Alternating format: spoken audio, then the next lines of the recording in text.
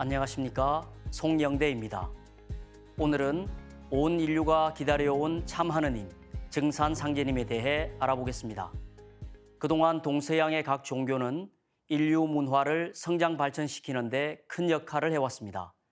그리고 선천 종교의 성자들은 그들의 가르침의 결론으로 우주의 통치자 하느님, 상제님이 인류를 성숙시키고 구원하시기 위해 직접 인간으로 오신다는 놀라운 소식을 전하였습니다. 불교의 석가부처는 천주님을 미륵님이라 부르는데 이 미륵님이 계신 곳을 도솔천이라 하였습니다. 그리고 여당 귀하라, 도솔천 천주님이신 미륵님께 너희들은 마땅히 귀하라고 하였습니다. 또 석가 자신의 사후 3000년이 지나면 말법의 시대가 오는데 그때 인류를 구원하시기 위해 도솔천에 계신 미륵님이 바다에 둘러싸인 동방의 나라, 즉 우리나라로 강세하신다고 분명히 밝혀주었습니다. 또한 석가부처는 수석 제자 마하가섭을 비롯해서 군도발탄 빈두로와 자기 아들인 라울라 등 4사람을 은밀히 불러 너희 네 성문은 지금 열반에 들지 말고 말법의 시대에 이 세상을 구원하시기 위해 미륵부처님이 오시니 그때에 미륵부처님의 도를 받아 열반에 들라고 명령을 합니다. 얼마나 중요하고 비밀스러운 이야기였으면 이 4사람만 따로 불러 특별히 전하였을까요? 기독교의 예수 성자는 천상의 아버지 하나님이 계시고 그분이 나를 보내셨다고 하였습니다. 내가 스스로 온 것이 아니로다. 나를 보내신 이는 참이시니 너희는 그를 알지 못하나 나는 그를 아노니 이는 내가 그분에게서 왔고 그분이 나를 보내셨음이라고 하였습니다. 영어 성경에 보면 I am from him and he has sent me라고 되어 있습니다. 우리가 한창 영어를 배우기 시작할 때 I, you, he, she 하며 나와 구분되는 상대에 대한 인칭 대명사를 분명히 배운 적이 있습니다. I는 예수님 자신인 1인칭이며 he는 나와는 다른 천상의 아버지를 가르치는 3인칭입니다. 예수님은 지금 지상에 와 있는 나는 저 멀리 천상에 계시는 아버지가 보내셔서 온 것이라고 분명히 나와 he인 아버지 하느님은 다른 분임을 밝혀주었습니다. 그리고 예수의 제자인 사도 요한은 천상의 흰 보좌 위에 앉아 계신 아버지 하나님을 영으로 올라가 직접 보았고 앞으로 그 아버지 하나님이 직접 인간으로 오신다는 것을 이렇게 알렸습니다. 주 하나님이 가라사대 나는 알파요 오메가라. 이제도 있고 전에도 있었고 장차 올 자요 전능한 자라. 유교의 결론도 상제님이 우리나라로 오신다는 것입니다. 공자는 주역 설괴전에서 제출호진이라 하여 상제님께서 동방 땅에 강세하신다는 천지의 비밀을 알려주었습니다. 또 가는 동북지 괴야니 만물지 소성종이 소성시야일세 고로할 성은 호간이라. 가는 동북방의 괴인이 만물이 완성되어 마치는 바이며 또한 만물이 이루어져 처음으로 시작되는 바이기 때문에 말씀이 간방에서 완성된다라고 하였습니다. 간방은 동북방인 우리나라를 말합니다. 우리나라에서 선천의 모든 문명이 매듭을 짓고 다시 후천의 새 문명이 열린다는 놀라운 소식을 전한 것입니다. 이것을 다른 말로 종어간, 시어간이라고도 합니다. 이렇듯 선천 종교의 결론은 구원의 하느님이신 상제님이 이 땅에 직접 강세하시어 새 세상을 열어주신다는 것입니다. 그럼 상제님은 왜 이 세상에 오셨을까요?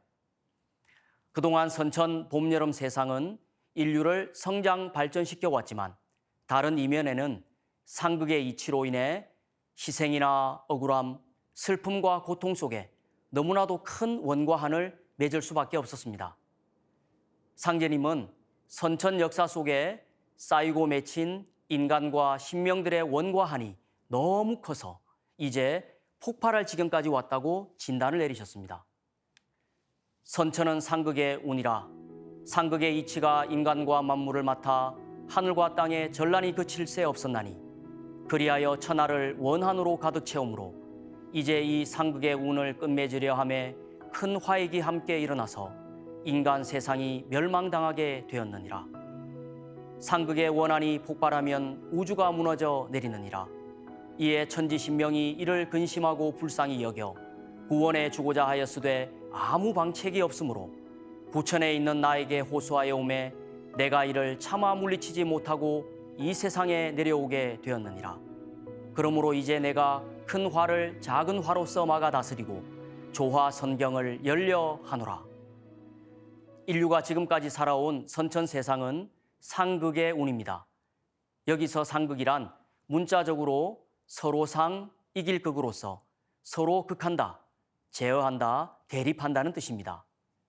하늘도 땅도 인간도 신들도 이 상극의 운에 갇혀 살아왔습니다.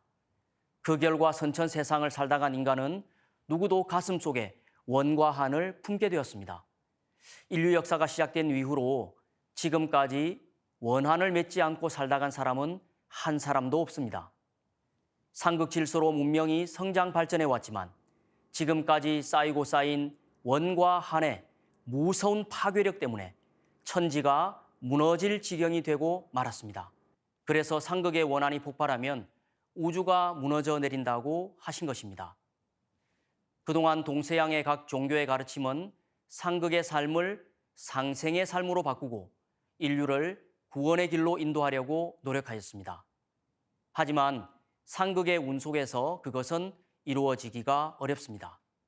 천지신명들은 인류가 멸망할 위기에까지 처한 심각성을 깨닫고 이제는 우주의 통치자, 우주의 주재자이신 상제님이 직접 나서시지 않으면 그 누구도 해결하실 분이 없다고 상제님께 달려와 하소연을 했습니다. 평소 동네의 병원에서 진료를 받다가 너무 큰 증상이 나타나거나 더 이상 작은 병원에서 손 쓸 수 없는 큰 수술을 해야 될 병은 보통 어디를 가보라고 합니까? 의료시설이 더 뛰어난 서울의 큰 종합병원이나 대학병원으로 가보라고 하지 않습니까? 그동안의 이 성천 성자들의 가르침이나 기존 종교의 진리로는 지금 인류가 맞이한 문제, 우주가 무너져 내릴 지경에 이른 너무도 큰 원과 한의 문제를 해결할 수가 없다는 것입니다. 오직 상제님만이 해결하실 수 있는 우주적인 대수술이기에 그 간절한 하소연을 들으시고 상제님께서 인류를 구원하시기 위해 마침내 인간 세상에 강세를 하신 것입니다.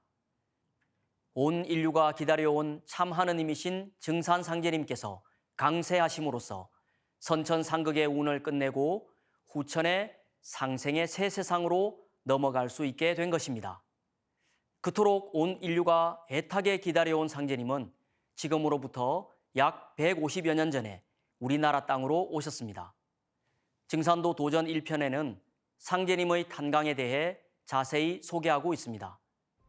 상제님께서 하늘의 모든 신성과 불타와 보살들의 간곡한 기도와 하소연을 들으시고 새 우주를 열어 도탄에 빠진 인간과 신명을 건지시기 위해 새 역사의 태양이 떠오르는 동방 땅에 강세하시니 환기 9070년, 배달국 신시계천 5769년, 단군기원 4204년, 조선 고종 8년, 신민년 음력 9월 19일 자시에 전라도 고부군 우덕면 갱망리에서 탄강하시니라.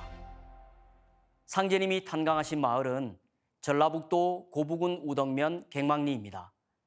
갱망리는 백두대간의 지기가 흐르고 흘러 최종적으로 맺혀 있는 시루산 아래의 마을입니다. 현재의 지명으로는 전라북도 고부군 덕천면 신월리입니다. 갱망리란 예로부터 하늘의 주를 기다리는 마을이라는 뜻으로 원래 선망리로 불렸는데 이것이 나중에 손바래기로 불리게 되었다고 합니다. 상제님의 존성은 강시요, 성휘는 일자 순자요, 아명은 학자 봉자요, 자는 사자 옥자요, 도호는 증산이시니 천지공사를 행하시어 우주의 무극 대운을 여신 무극 상제신이라. 상제님의 성은 강씨이며 성휘는 일자 순자요, 존호는 시루증 외산, 증산이십니다. 그래서 인간으로 오신 상제님을 증산 상제님이라 부릅니다. 존호 증산의 증은 시루 증자로 시루는 종교, 과학, 철학 등 선천 문명의 모든 진액을 모아 푹 익혀서 통일, 성숙시키는 상제님의 강세 목적을 잘 담고 있습니다. 인류 문명을 통일 성숙시키는 우주 주제자 상제님의 자리를 무극이라고 합니다. 그래서 상제님을 무극 상제님이라 하고 상제님의 도를 무극 대도라고 하는 것입니다. 무극 대도 증산도는 종교가 아닙니다. 이것이 증산도를 보는 모든 명제의 대전제입니다. 다음 시간에는 상제님이 강세하신 원리를 살펴보겠습니다.